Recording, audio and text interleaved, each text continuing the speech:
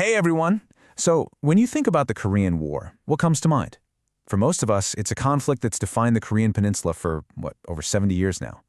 But what if I told you the story we all learned in school? Well, it might only be half the picture. Right, June 25th, 1950. That's the date. The one we all memorized.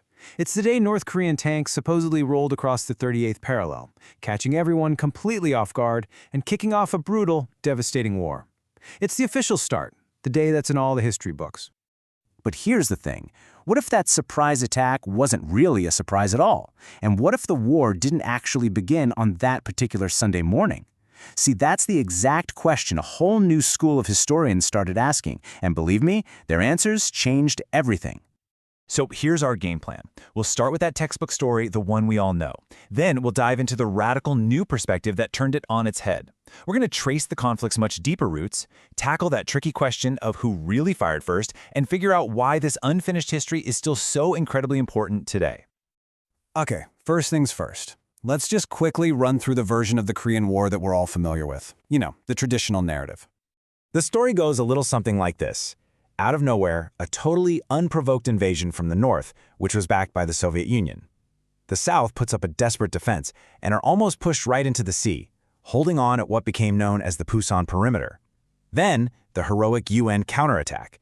It's led by the American General Douglas MacArthur, who pulls off this incredibly daring amphibious landing in Incheon. But then, China jumps in with massive force, and the whole thing bogs down into a bloody stalemate that, let's be honest, is still kind of going on today. It's a very clear-cut story of international aggression. But then, starting in the 1980s, a new generation of historians got their hands on a bunch of declassified documents and archives, and a completely different picture started to emerge. This was the revisionist challenge. So, the traditionalist view basically frames the Korean War as a classic Cold War showdown. It was the first major armed conflict of that whole era, right?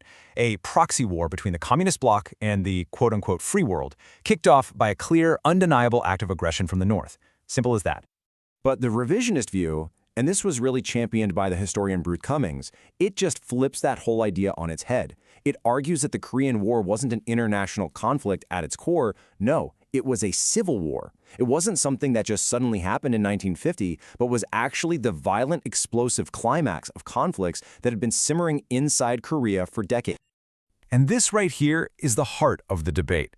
Was it an external war that started on one specific day, driven by Cold War politics, or was it an internal Korean-on-Korean conflict, with roots stretching all the way back to Japan's colonial occupation, fueled by deep, painful social divisions within Korea itself?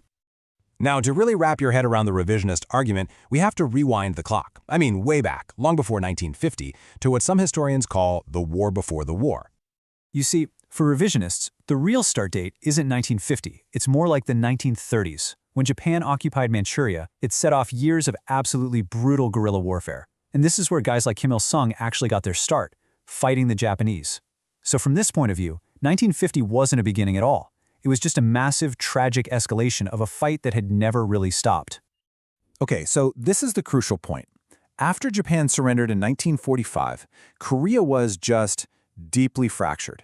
On one side, you had the anti-Japanese guerrilla fighters, and on the other, you had the Koreans who'd actually collaborated with the Japanese occupiers. And get this, many of those same collaborators ended up keeping their jobs in the police and military in the new South Korean state. You mix that toxic brew with this intense class conflict between a super wealthy landowning elite and a massive peasant population, and what you get is a revolutionary situation just waiting to explode. Which, of course, brings us to the most controversial question of all. If this wasn't just some simple surprise attack, then who actually started the fighting on June 25th? This quote right here, it just nails the revisionist argument. The whole idea of a single first shot starts to seem almost absurd when you realize that intense fighting had already been going on for years. I mean, the 38th parallel was a total hot zone long before the official invasion. All through 1949 and early 1950, you had constant border raids, artillery duels, full-on battles. On the Angjin Peninsula, for instance, there were clashes involving thousands of soldiers from both sides. So when the main fighting erupted on June 25th, both North and South immediately pointed the finger at each other, probably because they'd both been attacking each other for over a year. And right at the center of this whole story is the identity of Kim Il-sung himself. For decades, the story in the South was that he was a total imposter, a fake who just stole the name of a legendary anti-Japanese hero who had already died. But revisionist historians, they point to Chinese records, even contemporary Japanese newspapers, that reported on his famous Pachinbo raid. They say this is proof that he was a very real and pretty well-known guerrilla leader.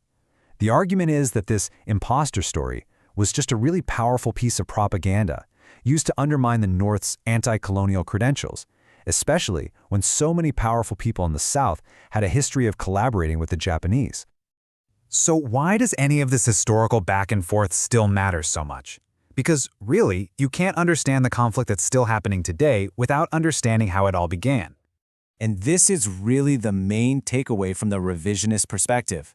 If the war wasn't just a straightforward case of communist aggression, but was actually the result of these deep, unresolved internal Korean issues, colonialism, collaboration, class warfare, that totally changes how we see the entire conflict.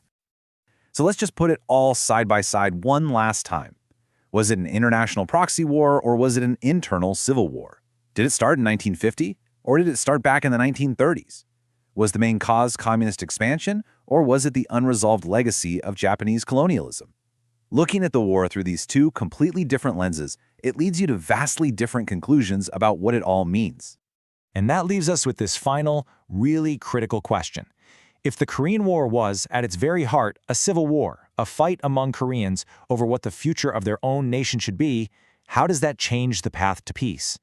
It suggests that maybe the solution isn't just about some big international agreement, but about a much deeper, much harder reckoning with a truly unfinished history.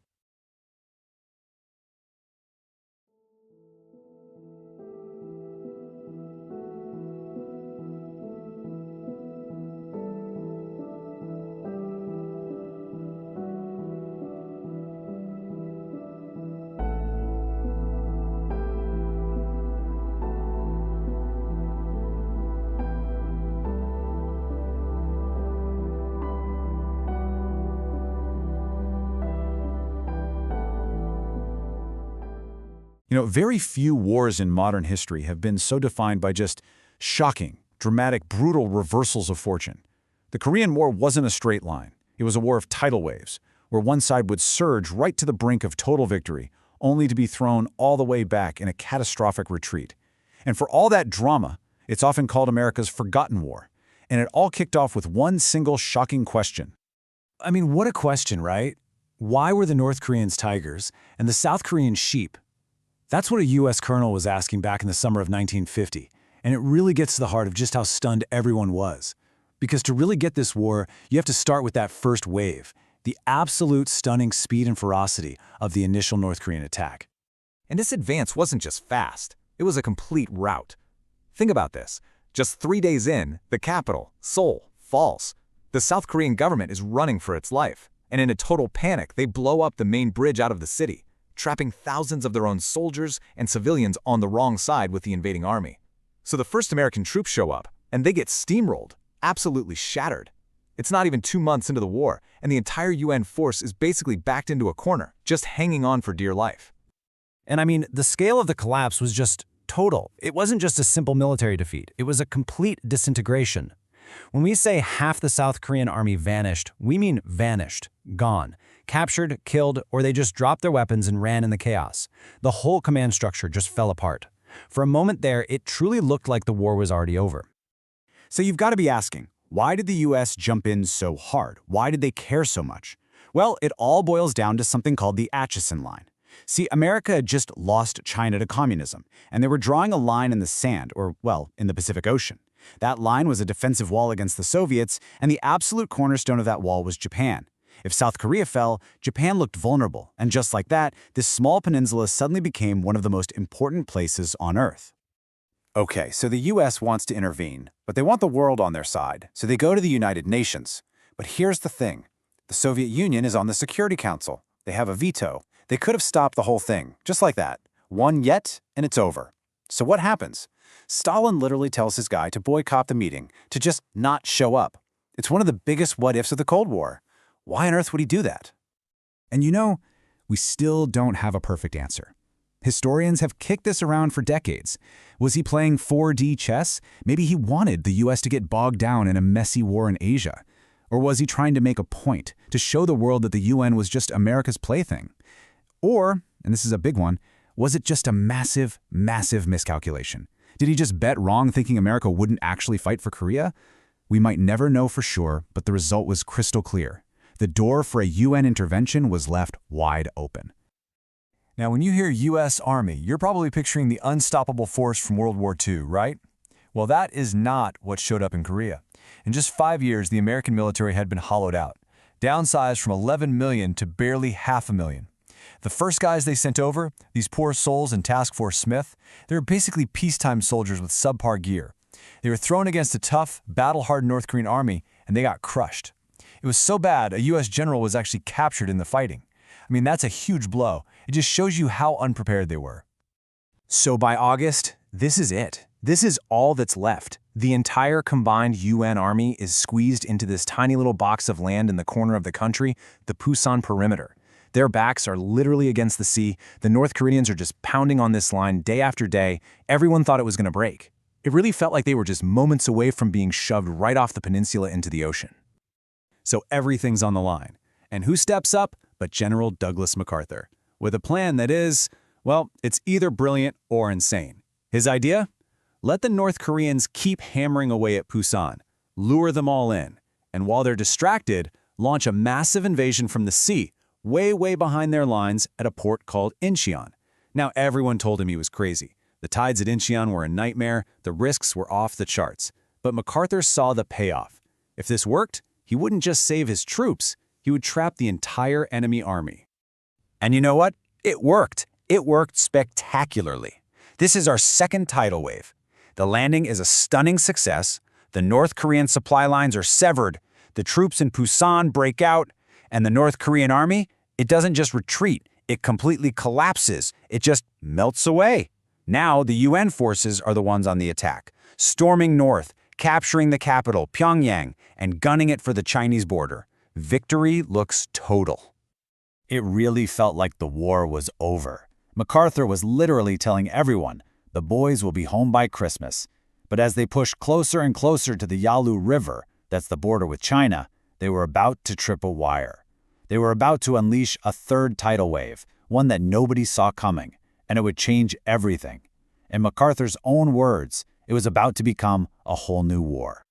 And then it happened. Late November, suddenly hundreds of thousands of Chinese soldiers, they were called volunteers, come pouring across the border. They crash into the UN forces who have absolutely no idea what's hitting them. You get these nightmare scenarios, like at the Chosin Reservoir. You have 30,000 American troops, mostly Marines, and they wake up one morning to find themselves completely surrounded by 120,000 Chinese soldiers, deep in the frozen mountains. And look, the fight wasn't just against the enemy soldiers. It was against the cold, the kind of cold that kills. We're talking temperatures dropping to 40 below zero. Weapons froze. Medical supplies, like morphine, froze solid in their tubes. Frostbite was taking as many men as the bullets were.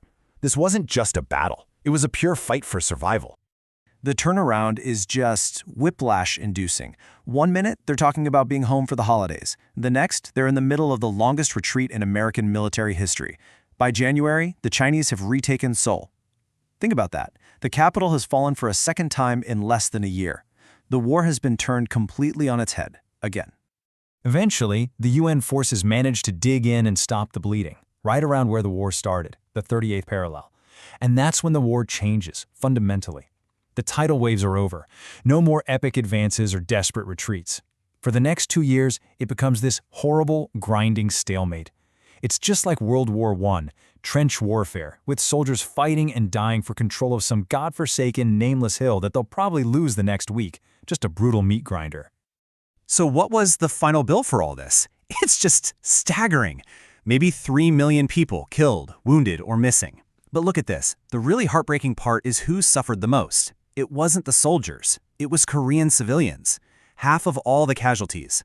Half. More than all the armies combined. This war didn't just pass through Korea. It tore the entire peninsula to shreds.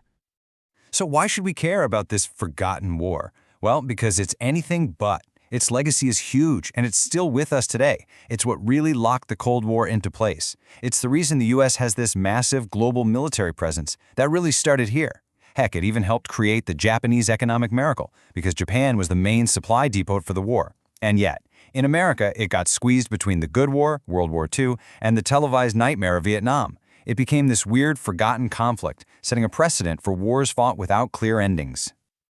And here's the kicker. The fighting stopped in 1953, but the war never officially ended. They signed an armistice. That's just a fancy word for a ceasefire. It's not a peace treaty, so technically, North and South Korea are still at war. They're still staring each other down across the same line where the fighting stopped over 70 years ago. So the central, chilling question of this conflict isn't about the past. It's about the dangerous reality that shapes our world right now.